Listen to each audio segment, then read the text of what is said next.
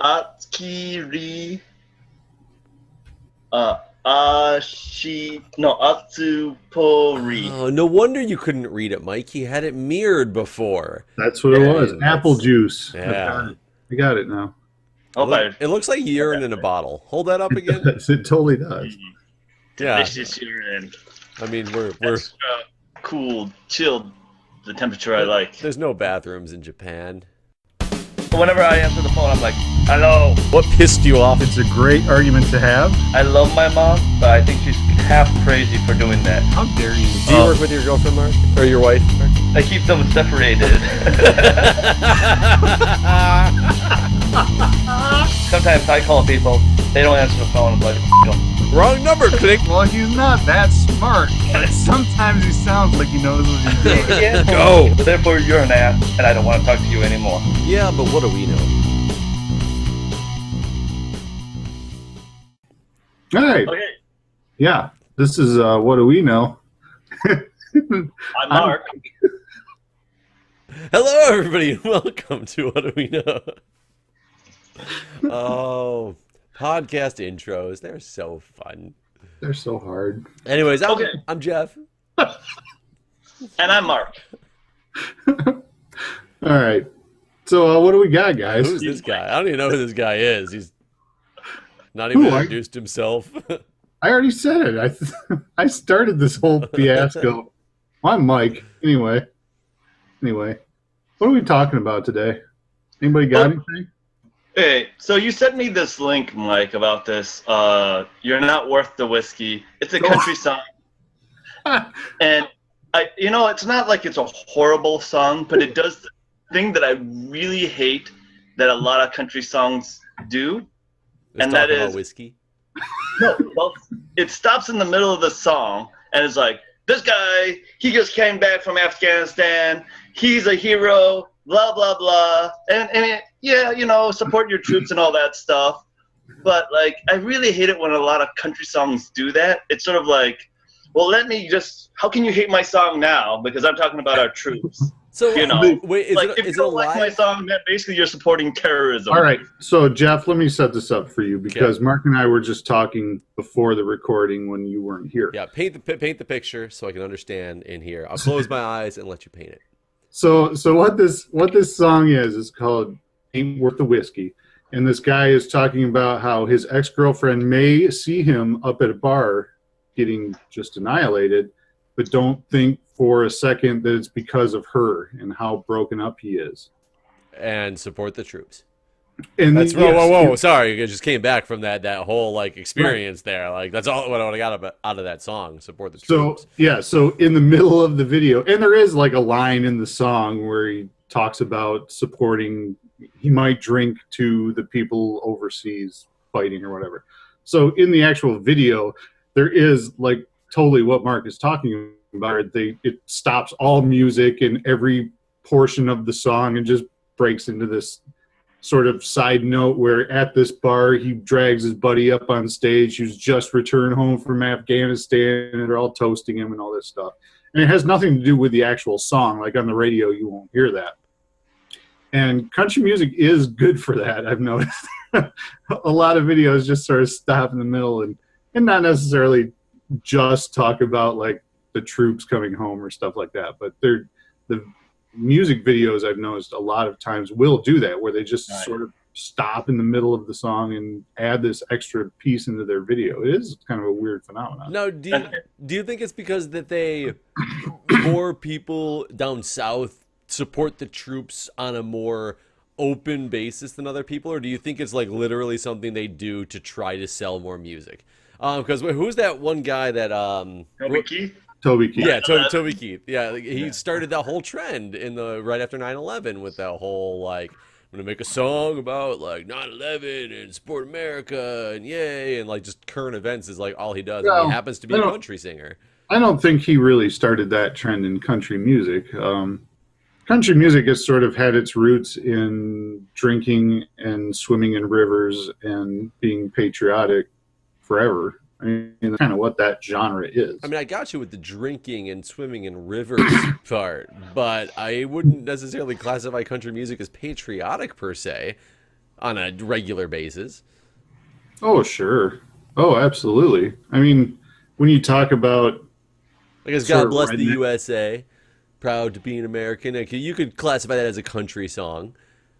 when you talk about rednecks wanting to like totally support everything about like this country, even going back to like the Confederate flag, because that was American, you know. No, that's not really supporting the country. That's more like splitting the country in half. Well, But yeah, I get in your their point. weird brain, like that's Yeah. this country was founded on that Confederate flag. You know what I mean? Do you think it's And because I'm it has not. to do with guns? They Oh just yeah, like there's guns that much. It's just like anything that has to do with guns. Yeah, yeah, I there's a lot support of you. gun talk that goes on, goes on too, for sure. So, and I'm not saying this country music is in any way the deepest, you know, most kind of lyrically sound genre of music there is. I just think it's kind of an easy thing to listen to and not hurt your brain. That's I, all. I used to be into country music when I was in like early high school. I got really into country music for a while. And then I think country kind of crossed a line where you had your deep, twangy, old school country, and then your country music that kind of branched into the popular genre. Like Shania Twain, like really was one of those people who she sang country songs that were played on normal like pop radio stations because it was just like the popular song at the time. So I think it started to bridge the gap of country music, but then like I think it kind of Yeah, went who back. does Country Road Country or roads Thunder take or me home. That's Garth Thunder Brooks. Rolls? Garth Brooks. Garth Brooks. You liked Garth Brooks for a while, right? I did, yeah. I still like Garth Brooks. And Garth Brooks, I think, has some really good songs that don't even seem that country-ish. And then if you go to like, Chris Gaines, he's got songs that aren't country at all. Like, but I don't even know what Chris Gaines is. That's the weirdest thing to me is Garth Brooks went on a whole other persona and made another character to go sing non-country music. It was like, I'm not even going to be Right. Garth Brooks singing non-country. I'll be Chris Gaines singing And my I was people's music. I wasn't a country fan until like fairly recently, like 3 or 4 years ago or something like that. And it was not like I ever like disliked country, but I just never really had any exposure to it and never really got into it, which is weird because I've always been into all kinds of music. So I'm not sure why I never explored that avenue. But the Chris Gaines thing, I was sort of aware of it and I knew that it was Garth Brooks, but I never understood why he had a new name all of a sudden. Yeah, why can't you just be Garth Brooks singing non-country music? Like, I don't get it. Artist formerly known as Garth Brooks. Well, do you think if you went to like a Chris Gaines concert and somebody was in the audience screaming, "Sing Thunder Rolls," and people are like, "Dude, that's a different guy. Come on, get with the times." Like, you're not even at the right concert, man. Like, and then there was the I can't even think if I've heard any songs in this genre, but for a while, hip hop became a really popular thing. They had something called hip hop that came out. Okay. I think there's variations of that still sort of around. I'd never heard it called that, but there are still country artists that sort of verge on that sort of hip hop boundary. There's still very much you can identify them as country, but they definitely lean that way. Right. Who was the chick that sang I can't even remember, I can't even think of how it goes right now, but basically she finds her boyfriend cheating on her at the pool hall and she destroys his car. And the whole song is about destroying his car. Oh, I took my key. Yes, to yes. the side. Oh, what that is that song? You know what song I'm talking about, though. Yeah. That's straight up a country music song. You can't like listen to it and mistake it for something else. And it was everywhere. It wasn't just limited to country. It wasn't trying to classify itself as a boundary between country and something else. It was just like a country song. Well, but that's every genre has people that cross over. I mean, for a long time, you could hear Snoop Dogg on Top 40 radio. Well, you could hear. You guys remember Amy Grant from like back when the time when we were early teens-ish? I think she was kind of on popular radio. She's a Christian artist. And she just kind of made one album that sort of crossed over. And now she's a devil worshiper. Understood.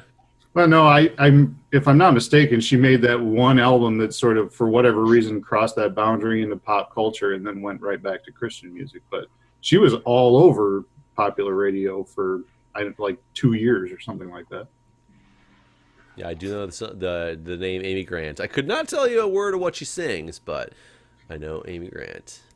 I kind of miss, like, it's funny because I feel, as I'm getting old, I feel like my parents, listen to the oldies radio stations, like, all through when I was in, like, middle school and high school, and I was just like, man, I'm never going to listen to the oldies radio station. It's always like I listen to the new hit station all the time. But now I find myself, sometimes I'll be like, I'm going to go back and watch some of the music videos from some of my old songs. And I end up spending, like, hours watching old, like, Blink 182 and Mest and things like that were really popular when we were in, like, early college. And I'm like, this is great music. I wish it was coming back. I wish it was still here than now. And I'm like, oh my God, it's like the oldies radio station. Like, And then, You know what? So I have a couple comments about that real quick. Mark, I saw you were about to say something, but let me just go with this real quick.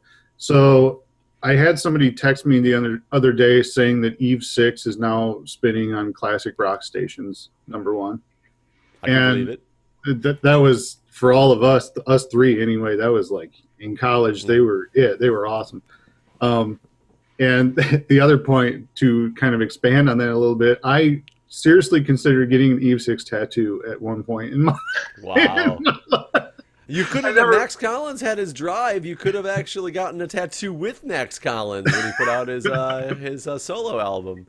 Never pulled the trigger on that, fortunately, because that'd probably be embarrassing at this point. Some lucky fan out there did pay the money and went and had a tattoo done with Max Collins. If you happen to listen to this show, I wanted to call in because I want to see what this tattoo is.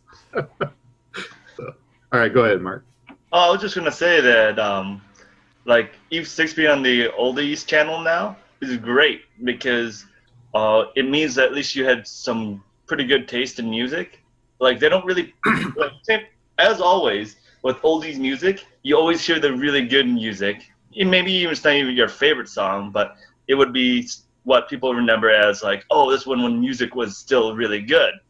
I'm sure, like, when we were younger, parents used to have this idea of what music was really good. We're doing it now, and there's probably like tons of songs that I used to listen to as a kid, but like, you're never gonna hear again. I'm not gonna hear it unless someone like plays it specifically, and I'd be like, do I know this song? I think I know this song. Like that Wear Sunscreen song, I doubt we'll ever hear that again unless we purposely seek it out. I don't understand, like, songs like that. I'm so glad, though my whole school had a whole different problem with it, but it came out in like 1999 as I was getting ready to graduate. I graduated high school in 1999, and it was a class dedicated to the class of 1999. If I have to give you one bit of advice, wear sunscreen, and I was so afraid that they were going to make that song our class song because it was up there in the runnings for our class song. And I was like, you guys got to be kidding. We went a whole different route. So unexpectedly, and Prince's Party Like It's 1999 happened to win ours because, we're original thinkers and all that fun stuff. But, like, the Swear Sunscreen song, how is that a song? How is that popular? It was played, like, every hour, on the hour for that whole year they played that song. And it's just, you know what I'm talking about, Mark? Yeah, I know exactly what you're talking about, and I would really love to see a study to see if that song might have drastically reduced skin cancer. But if that, like, if that stupid song, like, reduced, like, skin cancer by let's say even 10%, then I'm thinking maybe we should have more songs that be like, don't drink and drive. To the class of 2015, eat your vegetables. Put a sweater on. It's cold. Yeah.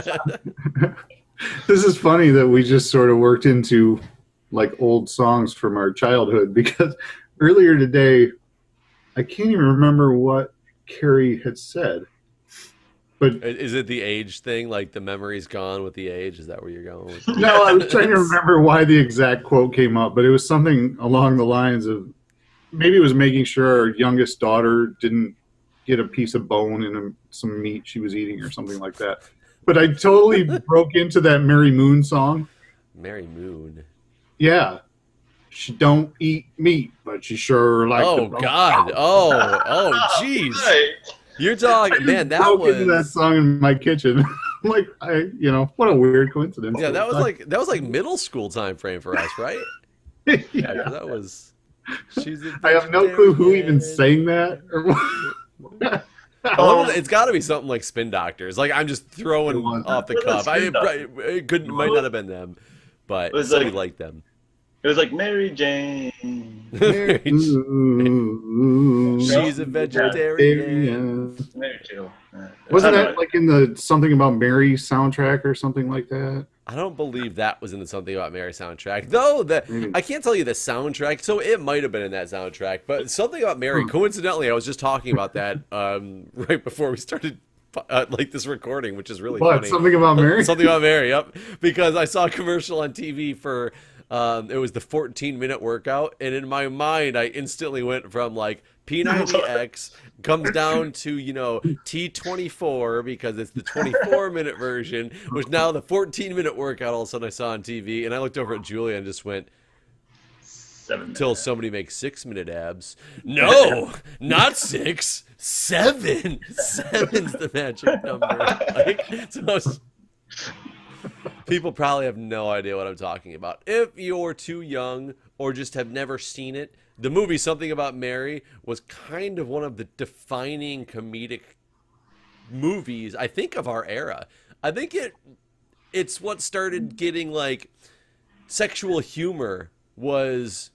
You gotta remember, at this time, Simpsons was something that parents didn't let their kids watch, like during this time frame. And now Simpsons is like the #1 family TV show on TV. So Something About Mary's like comedy style was new and different and edgy, and like you'd watch it now and be like, this is really tame. But at the time, it was like edgy comedy. I'm trying to remember that time period. You might be right about that. The beans above the frank. You can't get the beans above the frank. Like it's, Right. Well, I mean, that was around. it was like 1998. Yeah, it was actually before American Pie, right? It was before American Pie, yes. Because I guess we sort of went through like different iterations of it getting more risque. Well, and that goes back to the my music question for Mike, is that, you know, some songs were considered very taboo when our parents were kids. Like, oh, Elvis Presley, man, look at that guy shaking his hips. It's not appropriate for kids. You know, when they say, Beatles say, I want to hold your hand, we know what they mean by holding their hands. And then I remember, what was that song? I'm a bitch. Yeah, Meredith Brooks. And I was like, they're allowed to play this on the radio? Like, they're using the B word. Like, you can't play the B word. The B word. Right. And my question for you, because Mike specifically, is you have kids. Which songs maybe that were sort of considered inappropriate when you were younger, and you have kids around the same age, would you allow them to listen to that your parents would be like really against? Or is it still like pretty much the same level of like, I'm not gonna let you listen? Like Eve 6 have some songs that probably are not appropriate for kids under, let's say, 15 years old. I don't know if so. Well, I'm glad you brought up Eve 6 because I've turned my daughter onto them, and she's 16. Which album? Out of curiosity. Just kind of all of them across the board. So, and yes, there are, you know, a few songs that it's sort of, I preferred her to listen to them with me. So we can kind of, it opens lines of communication. Does it really though? Are you listening to like an Eve 6 song and your dad would be listening to the lyrics like, so they were talking about the hymen. Yeah, that's exactly what I was just going to say. The exact Daddy. same thing. Daddy, what's a heinous hymen? Like, well, it's just sort of like when you have kids that are that old, it's all about them being comfortable with you and you comfortable with them, and, you know, being able to talk about things. Like, it's when your kids can't talk to you about things that you're going to run into issues. So, you know, for the most part, like, I'm not going to say I would let her just, you know, watch or listen to anything she wants, but By the same token, I feel like she's smart enough and comfortable enough with me that, if there's ever anything weird, or So you let her listen to certain songs that are a little bit more risque. Like one of the songs that we're teaching at one of my English camps in Japan to I think elementary, middle school students was One's Directions, "Live While We're Young." And I'm listening to the lyrics, and they're basically talking about having sex that night with because they're young and wild or whatever. And I'm thinking this probably is not the most appropriate song for kids that age, but maybe I'm just an old prude, by now. So what grade are you talking about? I think they were like 5th grade, maybe 6th grade ish. They were sort of a range of ages, but okay, yeah. I mean, you're at a kind of impressionable age there. That's sort of like a borderline age. Like if you were talking younger than that, 2nd grade or something like that. Like I don't even think they'd wrap their heads around that. But yeah, that is kind of a weird age for that song. Of course, their English level's not very high. They just know it's popular, so maybe they don't fully understand. You remember that back in the dorms at Kettering, Mark, before we really understood viral videos weren't nearly as prominent as they are now. You had to go to either download file shares and stuff to find funny videos, or there was a few websites that were just sprouting up, like eBombs World and all that stuff. Do you remember the one that we used to watch all the time at the dorms because we thought it was hilarious, and it was the one about learning a foreign language? And it showed the family all get into a car and they turned it on. That's and it started just it was like bumping music, and the music was "I wanna fuck you in the ass," and it just starts like a big bass bumping music, and all of a sudden the kids are dancing to it, and the dad is up in the front seat and he just smiles and he's nodding, and you're like, what is going on here? And it zooms out and it says learn a foreign language. It was because it was this couple who obviously, or this family that didn't know English, and it was basically saying you should learn what you're listening to understand this stuff. But it was really funny. So would you let your daughter listen to Meredith Brooks' Bitch though? Yeah, I wouldn't have a problem with that. Oh, your daughter's old enough. How about your son? He's pretty young. Yeah, do you mean your oldest daughter's into Eve 6? I'm sorry? Your younger one. Your oldest daughter's into Eve 6? Yes. Oh, okay. She's old enough to cuz she's 16, 17? She's 16. Yeah. I thought you were talking about your young one, your 3-year-old who's my 2-year-old. 2-year-old. My 2-year-old. Okay, I guess I was thinking a little bit wrong. Yeah. No, my 2-year-old, literally anything that's on, she'll dance to it, and she doesn't speak well enough to really even know what's going on with an Eve 6 song, I don't think. So, yeah. But my boy now, for him, when you talk about Eve 6, you're talking about, Hyman references and stuff like that. He wouldn't do that, but you have to be careful around him now with, certain words that he shouldn't be repeating. Because he will, right? Because he's just the age where, he's picking up when he hears, because he's got a fairly good grasp on the English language. But when he hears these words he's not familiar with, it's he wants to try to use them in sentences because another adult used them, so he's got to now use them. So that's a tricky situation. Music is great. It's so funny how music is one of those things that can actually bring a lot of people together just because they have a in the same taste of music. I think that's one of the reasons not that we became friends, but it connected us a lot more is because we liked a lot of the same music. Mike, you introduced me to Sublime. I had never heard Sublime before in my life. And the second you introduced me to Sublime, I was like, oh my God, I got to hang out with this guy and listen to more Sublime all the time.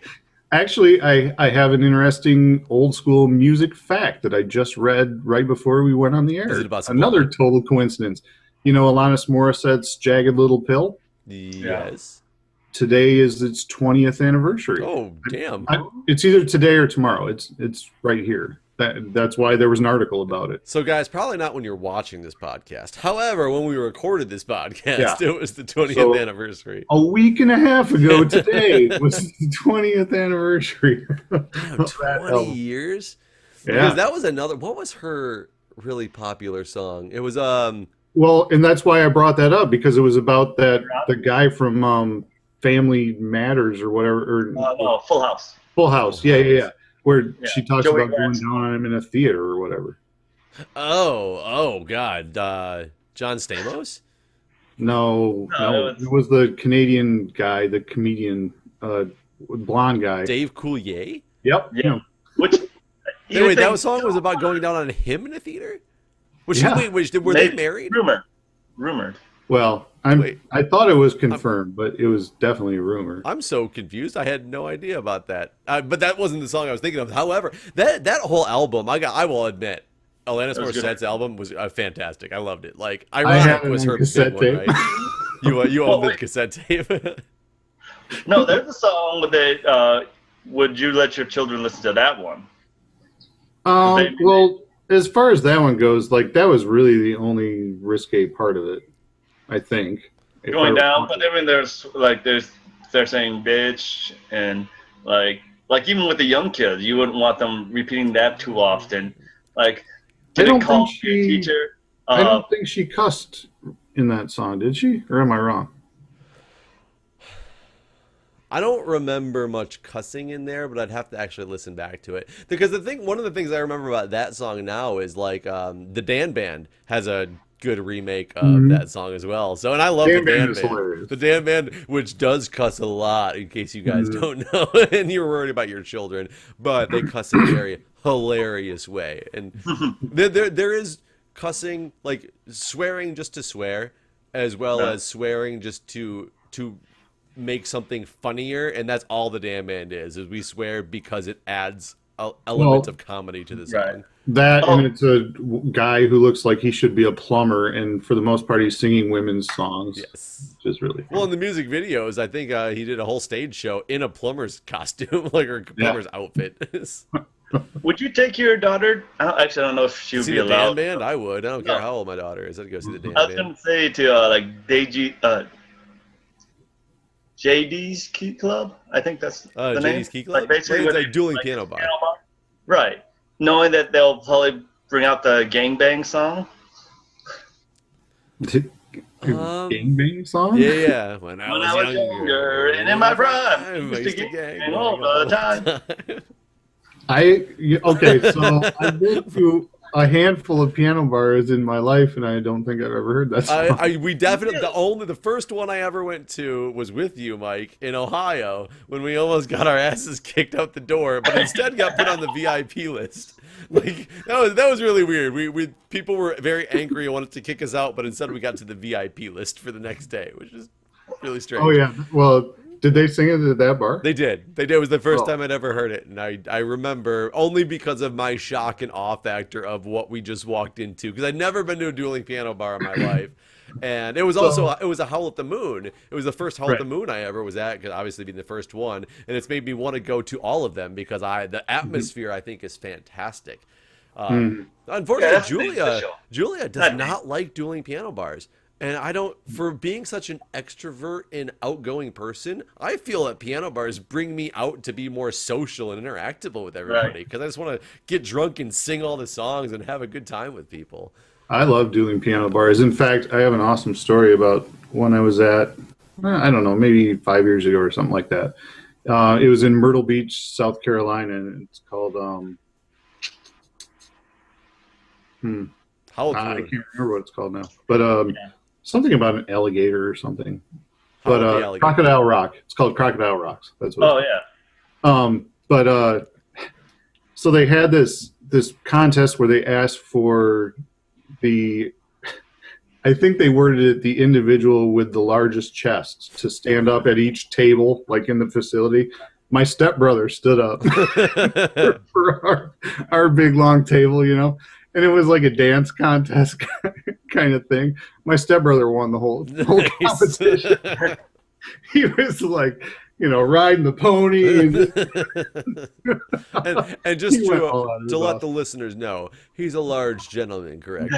He's a big dude. So he wasn't lying when he stood up with the biggest chest. He was probably right.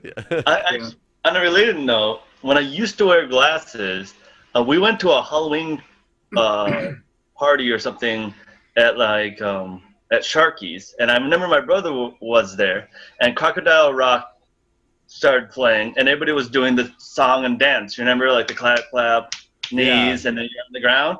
Well, I go to the part where you lie on the ground and you sort of kick out your legs, but my brother kicked his legs out way too far, and I was too close to him, and he kicked me right in the face and broke my glasses. I remember I was like, "What the hell?" I don't think it was an accident, Mark. It's the way that a brother can get back at another brother, acting like they're being brotherly.